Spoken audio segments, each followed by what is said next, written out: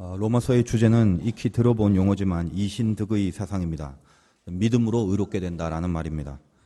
이 진리가 그렇게 단순하진 않습니다. 보통 이 믿음으로 구원을 얻는다라는 논제를 믿음 때문에 구원이 있냐 아니면 행위 때문에 구원이 있냐라는 그런 많은 쟁점들이 있어서 많은 설교가들이나 또 신학자들 사이에 이 믿음과 행위 사이에 어떤 것이 구원의 근거로 작용하는가에 대한 그런 토론들이 참 많았습니다. 그런데 이 믿음으로 의롭게 된다라는 말씀은 그 구원의 근거가 행위냐 믿음이냐라는 그런 것을 따지는 논리나 이론의 싸움이 아니라 훨씬 더 깊은 내용의 통찰력을 갖고 봐야 될 문제입니다. 바울이 지금 로마서를 통해서 이 진리를 선포할 수밖에 없었던 이 바울 신앙의 깊은 심정, 이것을 놓치면 안 된다는 것입니다. 왜 구원을 믿음으로 말미암아 이룰 수밖에 없는가? 왜 믿음이 구원을 주는가? 이 선포가 있기까지 어떤 신앙의 과정을 거쳤고 그 바울의 뿌리에는 도대체 어떤 마음이 있었는가라는 것을 그것을 끄집어낼 수 있어야 된다는 것입니다. 우리가 의롭다라고 말하는 이 말씀, 오늘 말씀의 제목이 내가 의롭다는 것이 말이 되는가라는 것인데 여러분 어떻게 생각하십니까? 우리가 의롭다라고 이야기할 때 여기에 동의하시는가라는 것입니다. 내가 과연 의롭다는 게 말이 되는가라는 것입니다. 만약 제가 여러분에게 여러분 모두는 믿음으로 말미암아 모두 의롭게 되었습니다. 믿습니까? 라고 이렇게 묻는다면 대강 교회를 좀 오래 다니신 분들 일반적으로 아멘 이렇게도 하실 것입니다. 맞습니다. 정답은 아멘입니다. 아멘으로 화답해야 될 내용임에는 틀림없습니다. 성경에서 그렇게 말씀하고 있기 때문에 그렇습니다.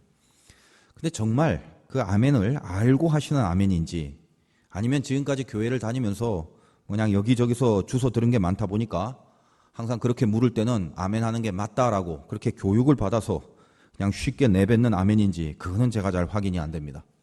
그래서 오늘 본문을 통해서 내가 의롭다는 이 놀라운 사실에 대해서 내가 의롭다요. 여러분이 다 의롭답니다. 이게 놀라지 않으면 여러분들은 좀 이상할 수도 있어요. 내가 의롭게 됐다. 하나님 앞에서 의로운 자가 됐다라는 이 놀라운 사실, 이거에 대하여 과연 어떤 과정을 거쳤는가, 그리고 어떤 과정이 필요한가, 이것을 점검하고 오늘 이 말씀과 예배를 통해서 정말 의로운 자로 살아가기 위한 우리 깊은 마음의 각오들이 생겨지는 그런 시간이 됐으면 좋겠다라는 그런 마음이 듭니다. 우리가 의로운 자가 되기 위하여 그런 의미에서 가장 먼저 통과해야 될 것이 뭐냐라고 할 때 첫째는 죄에 대한 깨달음입니다. 말할 것도 없습니다. 19절과 20절을 보니까 우리가 알거니와 무릇 율법이 말하는 바는 율법 아래 있는 자들에게 말하는 것이니 이는 모든 입을 막고 온 세상으로 하나님의 심판 아래 있게 하려 함이라. 율법이 어떤 기능이 있다고요? 온 세상이 하나님의 심판 아래 있다. 이것은 죄에 대하여 벌을 받는다라는, 벌을 받을 수 있다는 것을 이야기하는 것이고 20절에 그러므로 율법의 행위로 그의 앞에 의롭다 하심을 얻을 육체가 없나니 율법으로는 죄를 깨달음이라 이렇게 이야기를 합니다. 다시 말해서 하나님이 우리에게 주신 이 율법, 하나님이 우리들에게 주신 말씀, 그 말씀의 가장 중요한 첫 번째 지적이 뭐냐면 너희는 죄인이다. 어찌할 수 없는 죄인이다. 방법이 없는 죄인이다. 이 지적이라는 것입니다. 저는 많은 설교를 합니다만 설교 중에 특별히 고난을 다루는 그런 메시지를 전할 때면 항상 은혜가 좀 됩니다. 인간이 다 연약하다 보니까 그리고 항상 언제나 고난이라는 게 늘 우리 인생 속에 같이 있다 보니까 이 고난 가운데 약한 인생을 살아가는데 하나님의 전능하심이 이 고난을 이기게 해준다는 그런 메시지를 받으면 거기에 힘을 얻지 않을 사람이 어디 있겠습니까? 그리고 그 메시지는 틀림없는 사실이기 때문에 늘 하나님이 우리의 고난을 도와주신다, 힘이 되어주신다라는 얘기를 하면 그것은 늘 은혜로 다가오게 됩니다. 그런데 오늘 이 로마서를 통해서 우리가 반드시 알아야 될 것이 뭐냐 하면 이 고난에 대한 하나님의 도우심의 약속, 이것도 굉장히 중요한 은혜지만 모든 하나님의 말씀을 통하여 제일 먼저 내가 깨달아야 될 내용이 뭐냐 하면 하나님은 크신 능력이 있어서 나를 도와주신다가 아니라 내가 이 고난 가운데 하나님의 도우심의 약속 이전에 하나님의 말씀은 나로 하여금 그것이 고난 가운데 있든 형통한 가운데 있든 기쁨 가운데 있든 슬픔 가운데 있든 일단 하나님의 말씀은 나는 어찌할 수 없는 죄인이다라는 사실을 반드시 깨달아라는 그 지적이 첫 번째로 우리에게 있더라는 것입니다. 그러니까 죄를 다루기 전에 혹은 죄에 대하여 돌이킴이 있기 전에 그 어떤 하나님의 크신 능력을 우리가 맛본다 할지라도 그것은 그 기초가 모래 위에 세운 집밖에는 안 됩니다. 또 바람이 불면 또 넘어가고 또 창수가 나면 흔들릴 수밖에 없다라는 것입니다. 그래서 오늘 혹시 이 자리에 폭풍 같은 고난의 바람을 맞고 계신 분들이 있습니까? 환난과 아픔 때문에 자기 힘으로는 어찌할 수 없는 그런 통증을 느끼고 계신 분들이 있습니까? 그러나 오늘 이 말씀에 근거하여 제가 분명히 말씀드립니다. 그 고난부터 보지 말고 죄부터 다시 보기를 바란다는 것입니다. 우리가 터져 나오는 한숨들이 있지만 그 한숨이 고난 때문에 나오는 한숨이 아니라 죄 때문에 나오는 한숨이어야 된다. 그게 로마서의 말씀입니다. 죄를 해결하면 모든 것이 풀립니다. 그거 모르고 사셨죠. 그래서 죄를 해결하는 마음보다는 고난을 해결하려는 마음이 더 크고, 죄를 다스리고 죄로부터 떠나겠다는 마음보다는 아픔과 통증을, 이것을 극복하려는 마음이 크다 보니까 근본적으로 하나님과의 관계가 풀리지 않은 상황에서 그래서 모래 위에 세운 집밖에는 안 되는 그런 몰골이 되더라는 것입니다. 잊지 마십시오. 사단은 죄와 한 세트입니다. 둘이 늘 손잡고 다니지 한 번도 떨어진 적이 없습니다. 무슨 말이냐? 고난이라는 카드를 들고 들어오면서 사단은 이 고난에 죄라는 것을 같이 끼워서 우리에게 집어넣는다라는 것입니다. 그래서 우리가 받고 있는 고난은 고난만으로 끝나지 않아요. 이 고난의 배후에는 저 밑바닥엔 항상 사단이 심어준 죄가 함께 있음을 알고 그 죄를 볼 줄 알아야 된다라는 메시지입니다. 많은 고난들이 있지만 대부분 여러 번 설교를 통하여 말씀도 드렸습니다만 물질에 대한 고난이 있고 건강에 대한 고난이 있고 또 사람과의 관계에 대한 고난들이 있지 않습니까? 물질의 관계를 한번 볼까요?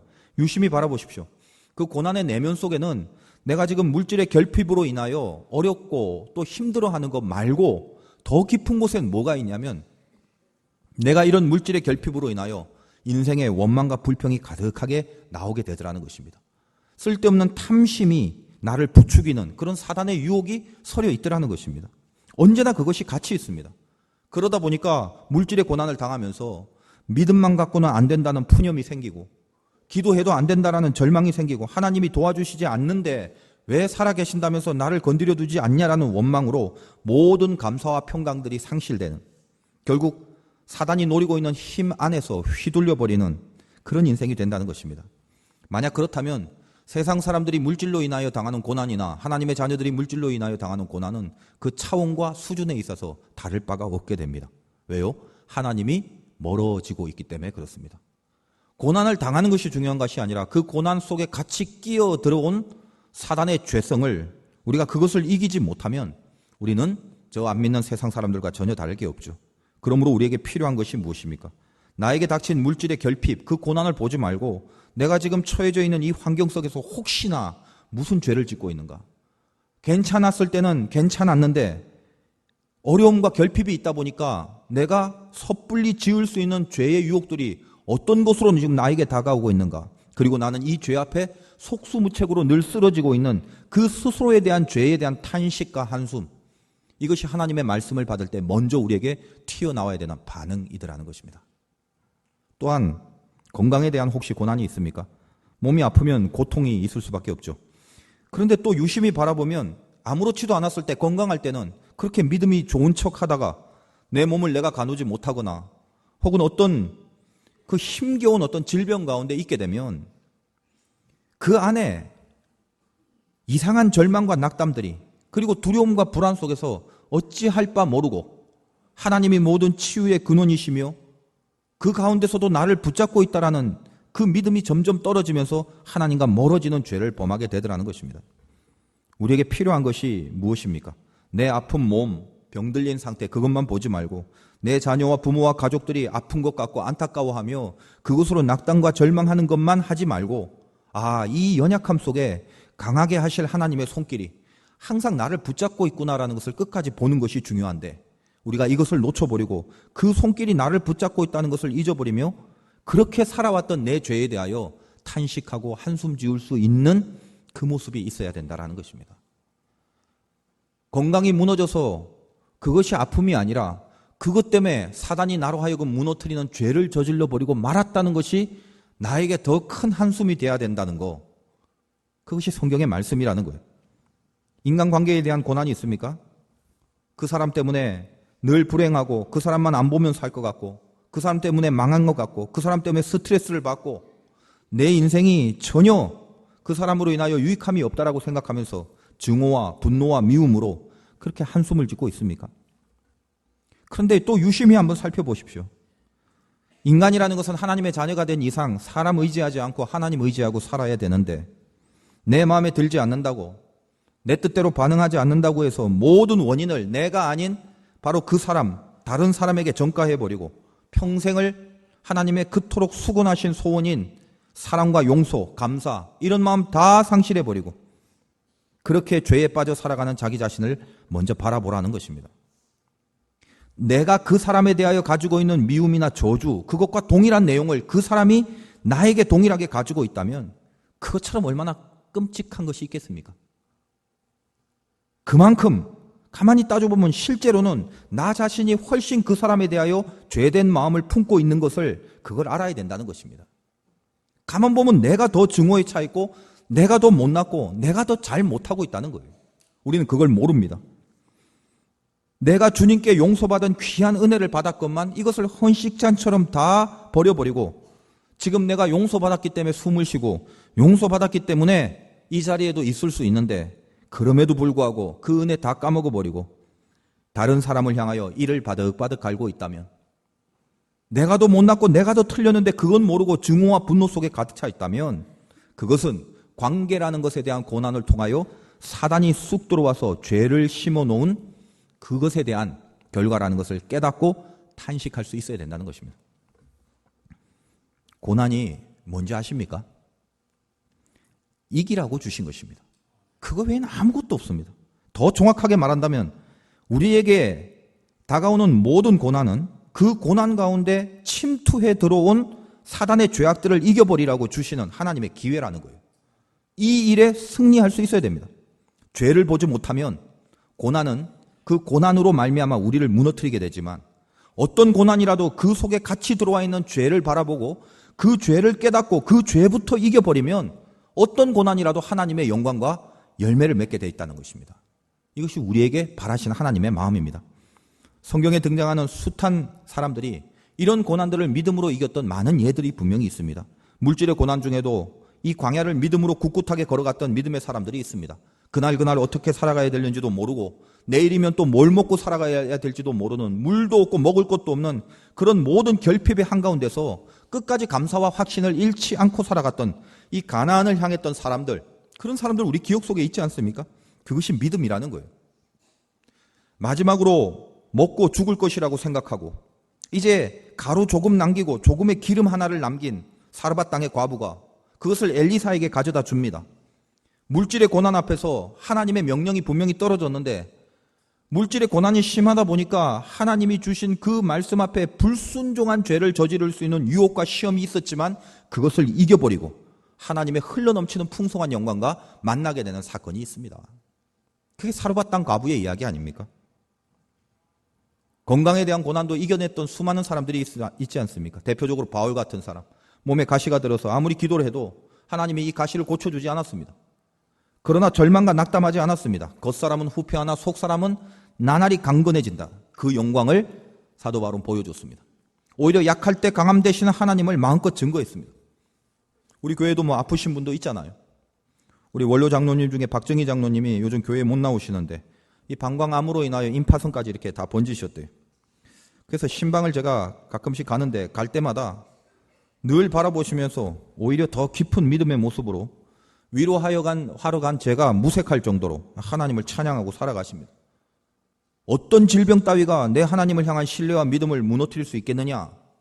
그런 모습이라는 거예요. 찾아가면 은혜가 돼요. 잘 견디시고 있구나.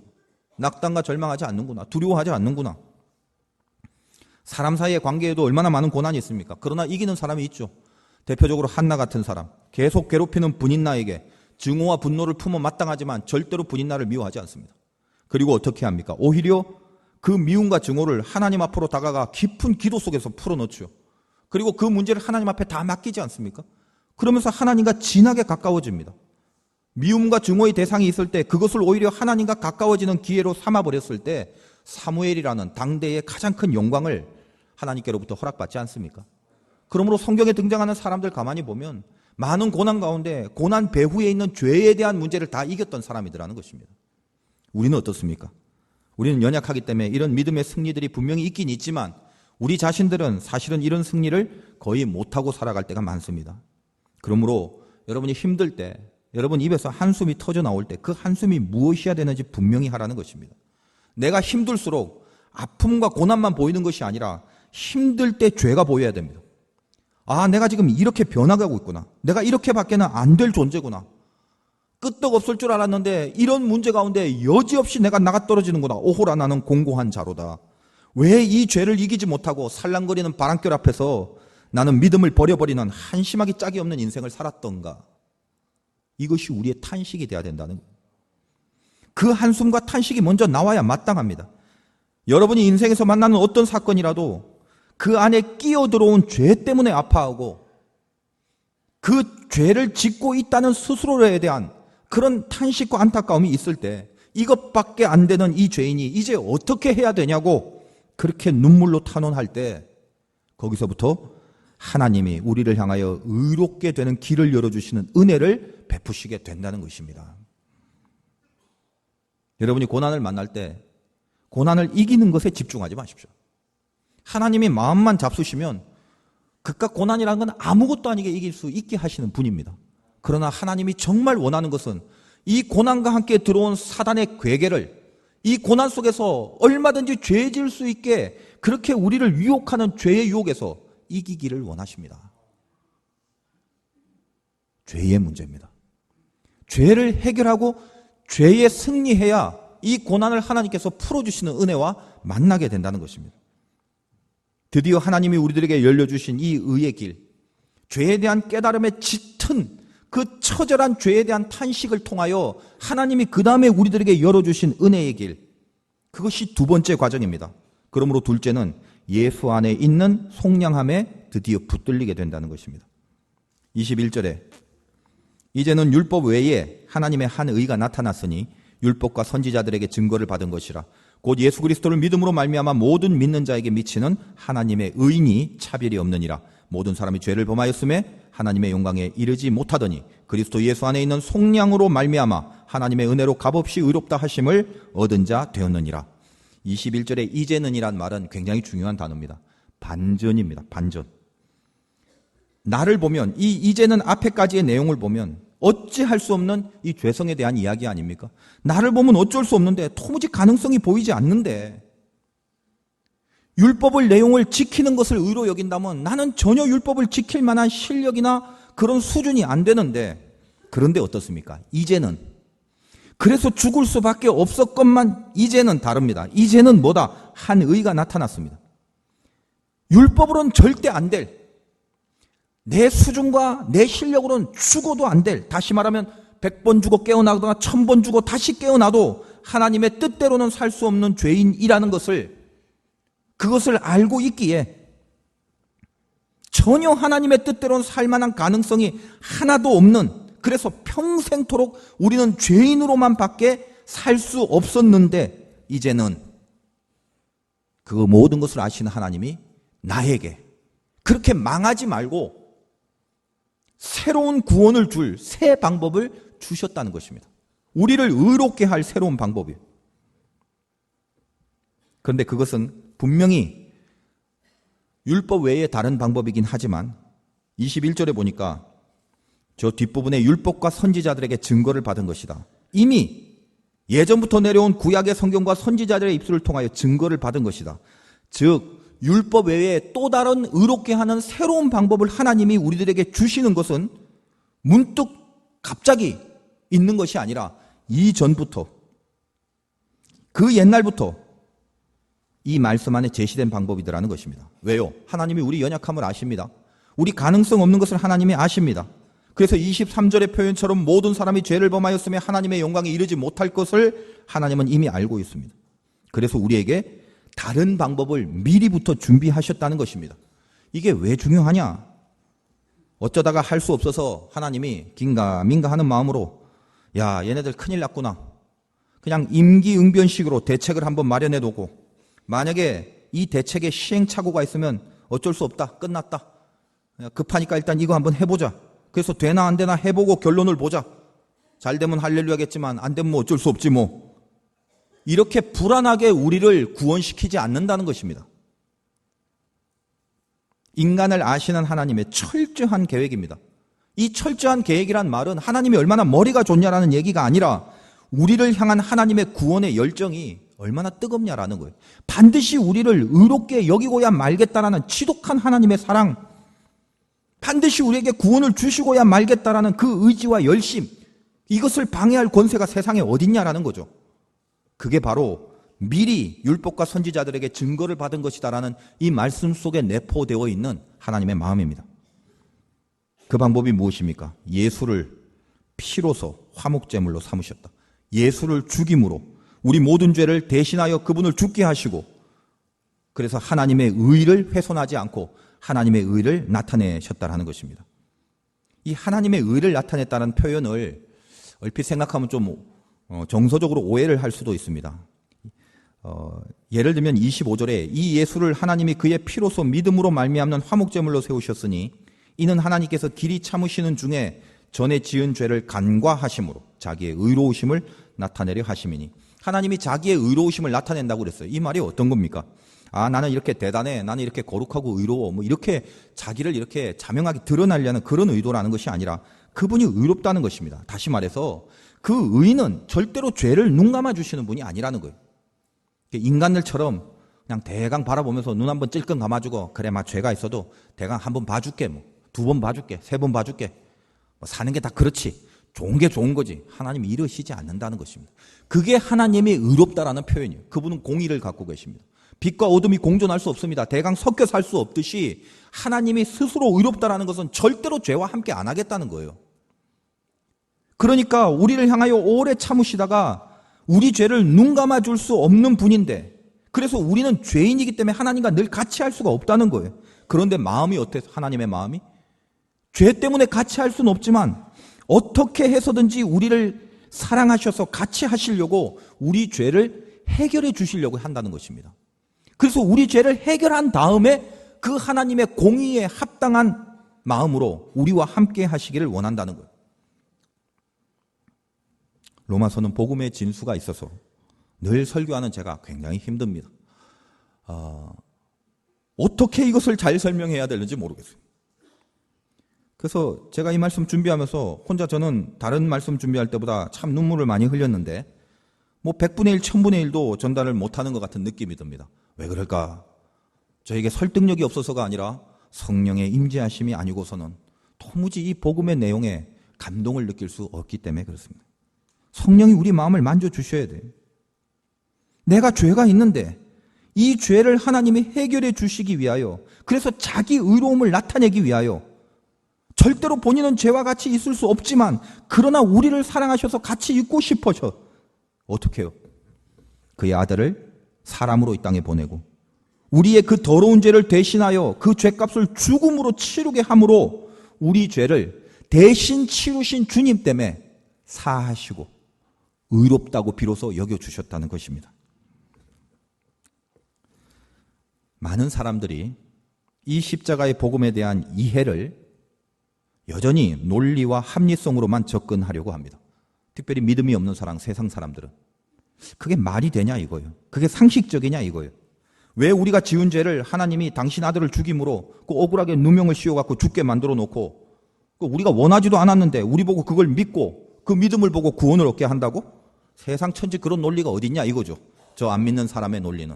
왜 그렇습니까? 십자가와 복음을 논리로 접근하려고 하기 때문에 그래요. 세상 천지에 그런 논리가 없습니다. 맞습니다.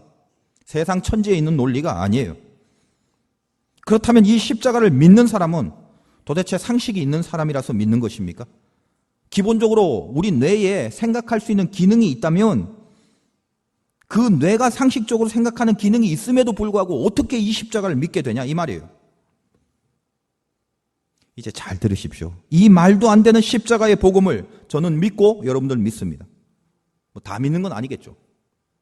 그럼에도 이 말도 안 되는 복음의 내용을 믿는 사람들은 물론 하나님께서 우리들에게 은혜를 주셨기 때문에 믿음을 갖게 된 거지만, 이 십자가를 믿는 모든 자의 한 가지 공통적인 심정, 그게 있는데, 그게 뭐냐 하면 나로서는 방법이 없다라는 것을 처절하게 깨닫고 있는 사람만이 십자가의 복음을 믿게 되더라는 것입니다. 그게 우리에게 주신 하나님의 은혜입니다. 27절 그런즉 자랑할 데가 어디냐? 있을 수가 없느니라. 무슨 법으로냐? 행위로냐? 아니라 오직 믿음의 법으로니라. 그깟 행위로 뭐 좀 착하게 살아보고 베풀고 살고 희생 좀 하고 살고 뭐 그러면 얻을 수 있는 의로움이냐? 도대체 하나님의 의로움의 경지가 뭔지나 알고 하는 얘기냐? 너가 그렇게 영원토록 행위 완전한 존재더냐? 너가 그렇게 괜찮은 수준이더냐? 천만에 만만해. 아직도 네 죄를 네가 모르냐? 아직도 더러움만 가득한 그 한심함에 구토가 나지 않느냐 이 말이에요. 방법이 없다. 예수를 믿음으로 속량함을 얻게 해주신 이 깊은 하나님의 사랑과 은혜를 호리만큼도 알지 못하면서 십자가는 논리적으로 말도 안 되는 거라고 뭐 구원을 믿음으로만 가져? 이런 몰상식한 것이 어딨냐고 지금 그렇게 말하고 있냐 이 말이에요. 똑똑하답시고 상식이 있다시고 본인은 잘 알고 있다는 양 뭘 알고 있는 것입니까? 예수가 왜 나를 위해 죽었대? 그게 나하고 뭔 상관이래? 아직도 이러고 있을 거냐는 거죠. 그러나 이 십자가의 복음을 믿는 우리들의 마음이 어떻습니까? 주님, 방법이 없습니다. 살아보니까 방법이 없어요. 살려주세요, 하나님. 내가 이 죄를 끊을 수 없으며 이 고난 가운데 믿음의 승리를 할 만한 실력이 도무지 내 안에는 없습니다. 하나님 도와주세요. 내 힘으로, 내 수준으로, 내 실력으로 내 모든 걸 걸어도 나는 이 죄악에서 벗어날 길이 없습니다. 나는 이 환난 가운데 하나님 앞에 영광을 선포할 만한 그런 믿음의 승리를 할 만한 힘이 저에게는 없습니다.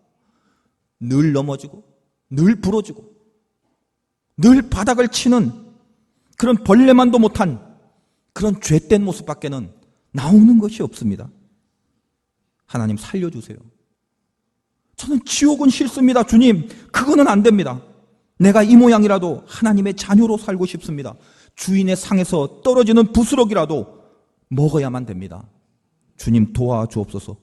나를 얽어매고 있는 이 사단의 사슬을 풀어주옵소서.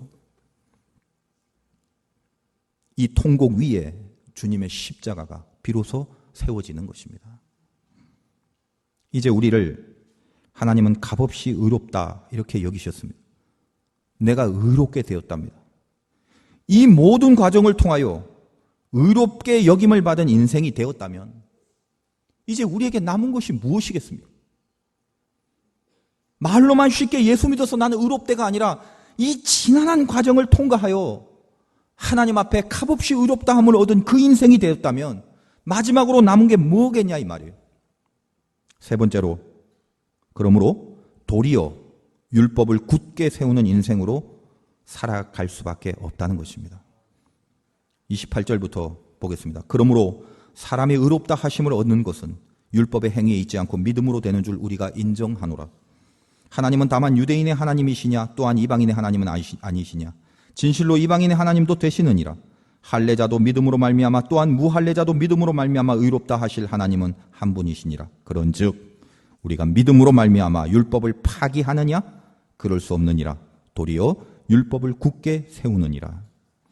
어떻게 이 구원을 받고도 어떻게 이 엄청난 의로움을 받고도 그 구원이라는 거 보니까 쉽대 그거. 의롭게 되는 건 믿음으로 되는 거래. 뭐 행위 필요가 없대. 이방인이든 유대인이든 그냥 믿기만 하면 구원을 얻는데 원래 기독교가 그런 거래.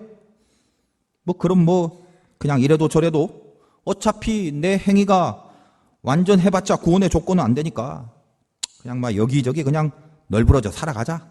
어쩐지 참 하나님이 그래 우리를 참 믿는 게 괴롭고 더 힘들다 싶었는데 그게 아니었구나. 그냥 믿기만 하면 된대. 그래서 입으로 예수님을 믿습니다라고 표현해놓고 그리고 대강 살아가고 막 살아가고 마음껏 살아갑니다. 어차피 구원은 믿음으로 되는 거니까 나는 믿잖아 라는 것으로 하나님은 쿨하신 분이니까 내가 비록 이렇게 마음대로 살고 죄짓고 살아도 알아서 다 구원시켜 주신대잖아. 감사해요 주님, 수고하세요. 어떻게 그렇게 살 수 있겠느냐 이 말이에요. 율법을 다 파기하고. 괜찮대. 그거 지킨다고 구원 얻는 거 아니래. 어떻게 이 값없는 의로우심을 얻은 사람이, 정말 이 은혜를 받은 사람이 이렇게 쉽게 살 수 있겠냐 이 말이에요. 주님이 어떤 분인지 아십니까?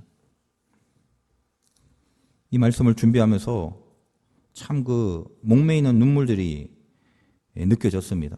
그 주님을 생각해 보는 거예요. 여러분이 지금 믿음이 있든지 없든지 간에 그건 잘 모르겠어요. 정말 여러분이 하나님의 자녀라면, 정말 의롭게 된 이 말도 안 되는 사건이 나에게 벌어졌다면 그렇게 해주신 주님을 실감나게 생각해 보셔야 되지 않습니까? 그분이 왜 죽으셨어요? 내가 맞아야 될 그 고통의 채찍을 주님이 맨몸으로 대신 맞아주셨죠. 아픈 정도가 아니라 살이 찢겨지는 그 아픔을, 그 고통을, 그 죽음의 채찍을 내가 맞아야 되는데 대신 맞아주셨죠. 내가 찔려야 할 가시관에 주님이 대신 찢기셨죠. 더러운 생각으로만 가득하 있는 이 머리에 수많은 가시를 찔려도 현치 않은 이 더러운 머리를 대신하여 예수님께서 가시관을 쓰셨죠. 더러운 것만 만졌던 이 손에 박혀야 될 못, 그 못에, 더러운 곳에만 갔던 내 발에 박혀야 할 그 못에 주님이 대신 박히셨죠. 내가 쏟아내야 될 물과 피를 창에 찔려 흘리시면서까지도 내 속에 악독과 저주와 미움과 증오와 교만과 음란과 모든 불신앙이 가득 차 있는 이 모든 죄덩어리를 물과 피로 흘려 쏟아봐도 신통치 않을 내 죄를 위해서 주님이 옆구리에 창을 찔리시면서도 그 피를 흘리시면서도 저들을 용서해달라고 눈물을 흘리신 그 십자가가 나를 의롭게 만들기 위한 주님의 모습이었다는 것입니다. 여러분이 정말로 알았다면, 그 십자가를, 그 예수님을 정말 믿는다면 우리 삶 속에서 어찌 하나님의 말씀을 파괴하며 살 수가 있겠냐 이 말이에요. 그 예수님을 정말 믿는다면 어떻게 계속 죄를 짓고 살 수 있겠냐 이 말이에요. 그럴 수 없느니라. 그럴 수 없느니라. 도리어 율법을 목숨 걸고 지키느니라. 하나님의 말씀을 내 생명을 다해 지키느니라. 도리어 율법을 굳게 세우느니라. 저와 여러분은 용서받은 죄인입니다. 그래서 염치 없지만 의롭습니다. 그래서 하나님은 우리를 의롭게 만들어 놓으시고 기어코 이 더러운 손을 지금도 내 옆에서 잡고 계십니다. 죄를 짓지 마십시오. 모든 악한 것을 끊어버리고 하나님이 여러분 안에 요구하시는 것을 생명을 다해 지켜가십시오. 그것이 하나님의 자녀입니다.